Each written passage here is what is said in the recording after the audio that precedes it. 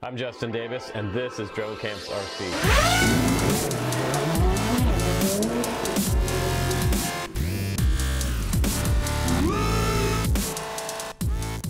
What's up guys, welcome back to the channel. Today we're going to review the Eachine US65 version that I got from Banggood. And this might be a little bit later than some of the other reviews out there, but this also might be one of the most honest reviews on this particular quadcopter. Now, right now, as it sits on Banggood, it is $75. And I believe it's come down in price a little bit because, number one, it's super popular and a lot of people are flying this one. Also because it's a lot of fun to fly. As far as flying rating goes, this would be a 5 out of 5. It is just so much fun that I did have some other batteries for another Whoop that I just got. They're the same exact size. They're also HV batteries. You can use this charger to charge HV or regular size 4.20 LiPos, which is pretty cool. And I'll show you a little bit more about that later. Also in this video, if you'd like to click down below and make a comment, let me know where you're from and what you're flying these days. You can get entered in to win the Tiny Hawk by December 2nd on the channel. So also guys that want to be my Patreon for more honest reviews, that would be awesome as well. I'm on the road today and I'm doing this review from the road, and so I'm not normally in this, I'm not in our normal studio setting, but we're gonna go ahead and do this review anyway, mainly because it's an awesome little quad. It has a lot of really cool characteristics. It has some upgrades from the original quad that Eachine put out earlier this year that a lot of people like, that UR series. A very, very awesome quad. But the US 65 and the UK 65 Whoops are brushless with a little bit better motors on here. They only have a 6 amp ESC, but it is crazy fun on 1S. And this one is capable of indoors and outdoors. And we'll get more into that. And I'll give you some of my experiences, my flight experiences with this one. And we'll go in a little bit further detail on the specs and some of the really awesome things that they included on this one, like smart audio, which I really love. So you can go in there and change your PID profiles as well. Really, really cool. So let's go ahead and do a little bit of flying with this one, and then we'll come back and we get this little guy a little closer up. Look, and I'll let you know what actually went wrong with it and what was good about it. Here we go.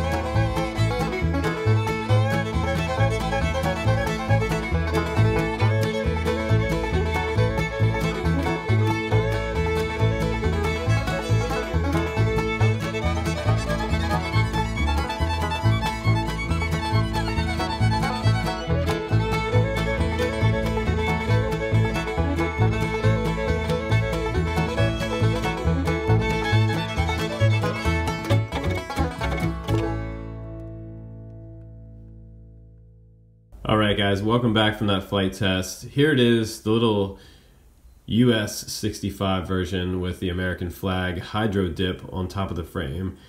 And it is whoop season right now, so a lot of you guys are looking for some type of brushless whoop to fly, and I'm gonna let you know in this review a lot of the pros and cons about this one. It has a ton of pros. I think probably less cons, but we're gonna be honest about this review, and no one else has really shown this way.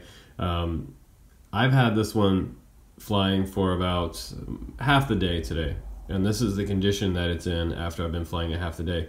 However, I have been flying it around a lot of hardwood type furniture, and I've been banging it off chair legs, off the table legs, off the outdoor furniture. I hit the swing a couple times and some porch rails, and it really is not very durable. The plastic seems really brittle, and the pieces just kind of break right off. You can see that very back piece right there broke. That's kind of strange and odd that I broke that piece.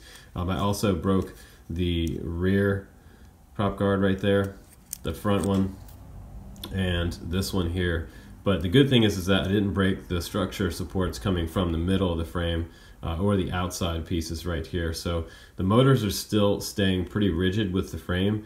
I also was able to break the bottom of where the battery seats. So there's a little bar that goes across right there, and now the battery's kind of flopping around in there. You can see that piece is right there. That is actually the crossbar that would have held the battery in place right there, but now it's broken off. And I was flying it quite fast at first because the camera tilt that they had set up on here might have been like 15 degrees, and it does have a tiltable camera, which you really don't need with these CMOS cameras because they're so wide a field of view that you really don't need all that tilt, and it's just going to fly a lot faster if you have more tilt in it. So if you're a brand new pilot, before you fly this, before you do anything, just change that, loosen these up on both sides, and bring your camera level with the quad. Bring it down a lot, and you will be able to see the front of the frame in the flights, but much better to fly it more controlled with a lower camera angle. That's just what's going to happen. The higher camera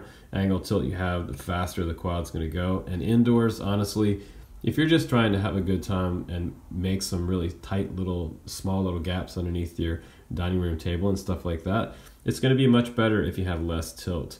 Now let's talk about the motors on here. The motors on here are a little bit hopped up version compared to the UR.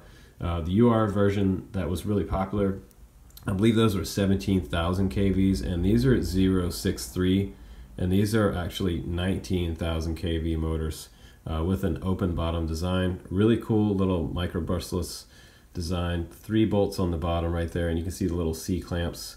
Everything is miniaturized here, and this is probably almost a little bit more power than most people need indoors. I was managing my throttle a lot, which means that I was really only moving my throttle a hair at a time, because if you really punch it indoors, you're going to just fly up and hit whatever gap you're trying to fly through. So keeping it in a straight line also required very minimal stick movements, because a lot of stick movements with this guy, it really wants to fly and go just super wild indoors. It's really, really fast with this setup. So I think if I was a beginner, I might actually go for something with brushed motors to start out with. It's going to fly a little bit slower. It's not going to be kind of as crazy as this one. I know a lot of guys out there are saying that this is the best brushless whoop they've ever seen, and I would agree with that on some levels, and some levels I wouldn't. Durability wise, definitely not. But as far as flight characteristics goes, it flies amazing. It really does. It flies better than some of the other whoops that I've had that were in upwards of $200. And this one right now on the GearBest website, let me just go to the top here, it's like $75. So it's a really good deal right now. I think, yeah, November 12th through the 24th. This might be their Black Friday sale coming up early. It does say pre-order right here. I don't know, and they might be out of stock right now, which would be kind of lame. But hopefully this will change in the next 24 hours. Maybe they'll start taking some orders through there. But you also get 3 batteries with this, and you get this awesome charger. I was lucky enough to have some other Eachine batteries with me that are also HVs. And if you don't know it, the difference between an HV battery and a regular LiPo battery is the voltage that it charges up to. And the full charge on it should be around 4.35 volt right there. You see that? on the right hand side. And these are 250 milliamp per hour batteries. And I was able to get about 3 minutes flight time the way I fly with these batteries. And the ones with the American flag right here are the ones that came with my quad. So I got 3 batteries with it, and this awesome charger that you can use with a 4S 1300. I'm running that Scorpion 4S 75C battery just through this terminal right here. It also has really cool USB options, so you can hook it up to your computer, and it also has a DC port over here, or an AC port right there. If you had a barrel plug and wanted to be able to plug this into the wall, that's awesome. Now, it does tell you channel 1 right there, 420. It should go all the way up to about 435 volt. That's an HV battery.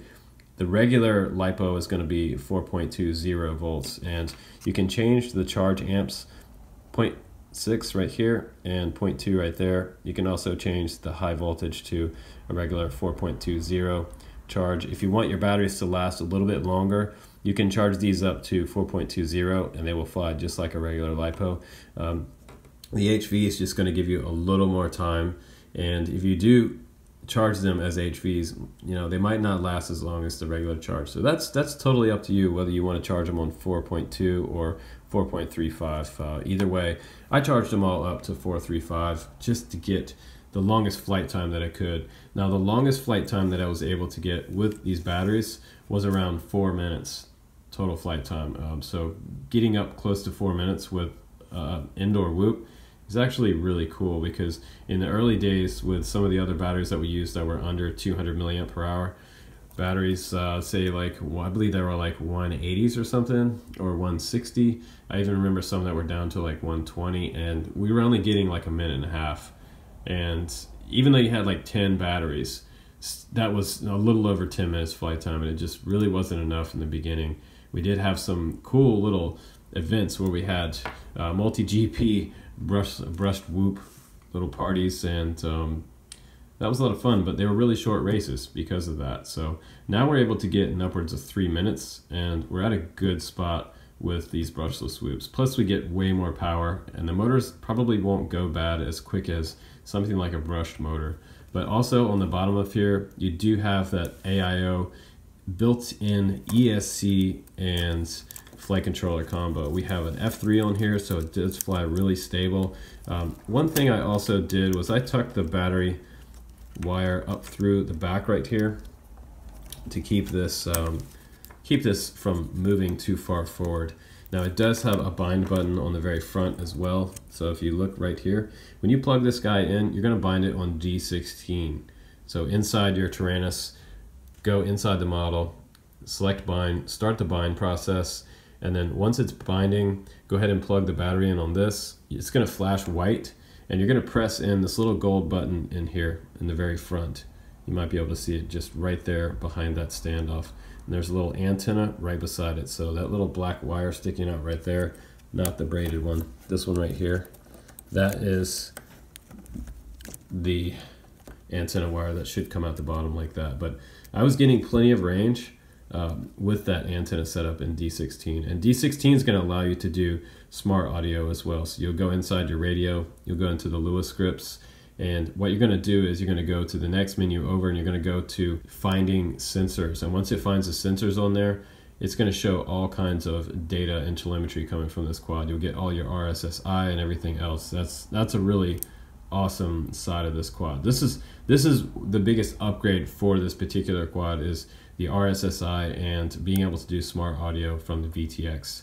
A very, very nice upgrade. But an F3 flight controller on here. You can get this also with a built-in FlySky receiver, or you can get it with the built-in FrSky receiver, which is what I have.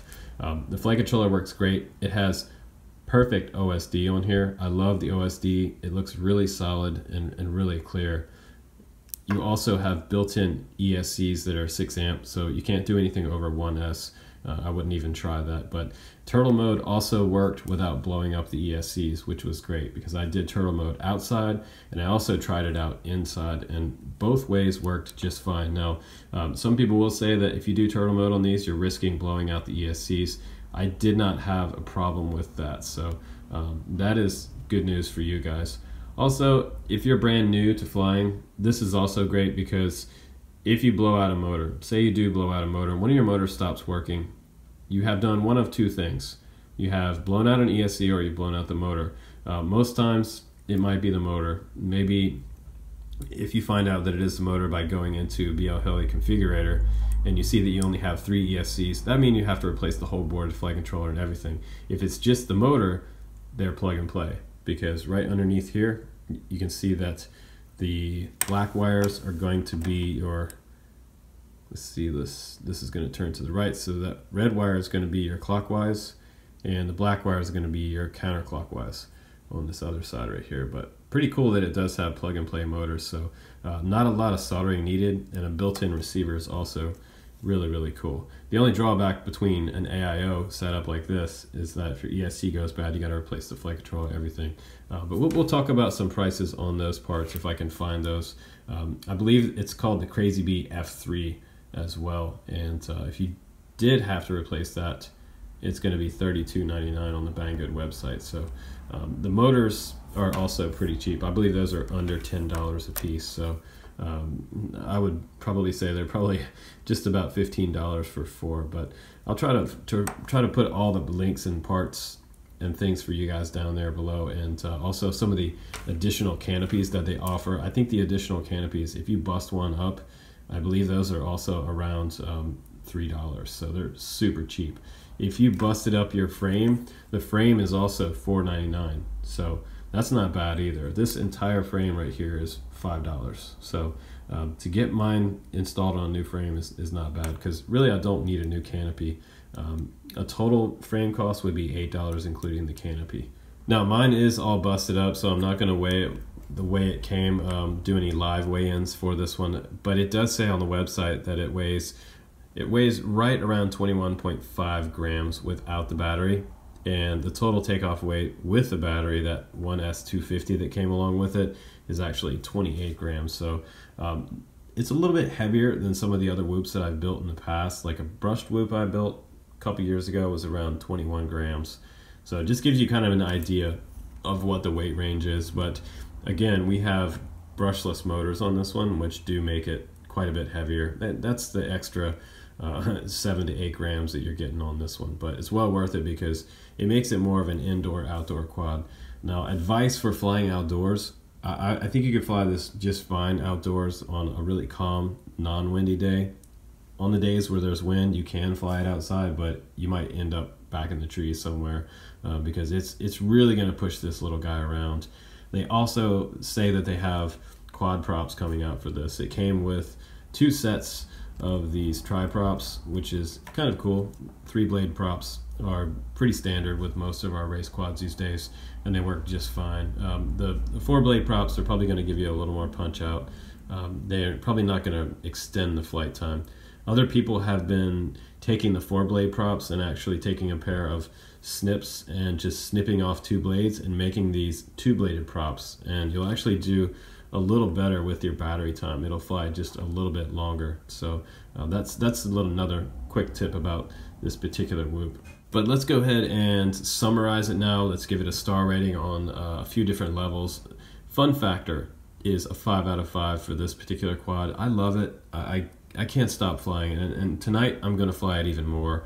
I've been flying this quad all afternoon since I started having coffee this morning. I flew it all through the afternoon, and I set it up last night and I did one little flight with it, and I wasn't quite used to it yet, but this afternoon I got really used to the way it flies. It's going to take you some time to be able to get used to the extra power of this power setup with the motors that it have on here. And once you get used to that, it's really going to be an awesome quad. It's going to be one of your favorites. So I think the $75 price point is justifiable. If you're going to buy this one, go ahead and find the link down below for the extra frames and canopies, and just go ahead and get yourself an extra frame, because yours might end up looking like this the first day that you start flying it. So no one else really banged theirs up quite as bad as I did, but I'm good at breaking stuff for you guys and really kind of showing you guys how tough stuff is, and that's why we get some honest reviews on the channel. But mine is still flying, and it's still a lot of fun, and I could probably even remove these prop guards a little more if I want to.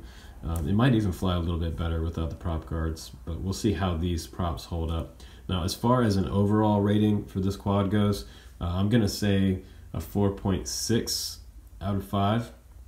And I'm taking a couple points off mainly because of the frame itself, but these frames are so cheap. The bottom part, like I said before, is $4.99, and the top part right there, the canopy, is actually $2.99. So really affordable to fly. And I'll also try to put a link down below for some of these batteries. This charger charges up a battery probably in about 20 minutes time, and you can come back. And as you're flying batteries, if you have enough batteries, you can just keep coming back and getting new batteries all the time. So you can fly this thing for hours and hours. And that's probably the best thing about this, is that these batteries are so small, they charge up really quick at even the fastest charge rate on this charger, which is 0.6 amps. So I had a lot of fun with it, and hopefully you guys enjoyed watching the super wild flights with this little guy. It's the UR65 version with the American flag, or the US 65 version, excuse me. The UR was the original version of this one. So this is the upgraded one. This is the newest one out there, and hopefully they come out with another version of this. I would love to see the same type of power setup on one of those super durable Darolin frames, and that would probably be the best option for this little guy. But ton of range, the camera's great, the power system's awesome, and once you get used to flying it, I think you're gonna love this thing. But thanks again for watching my honest review, guys. I'm Justin Davis. This has been the US 65 from Banggood. I'll catch you on the next one. Take care, guys. Bye-bye.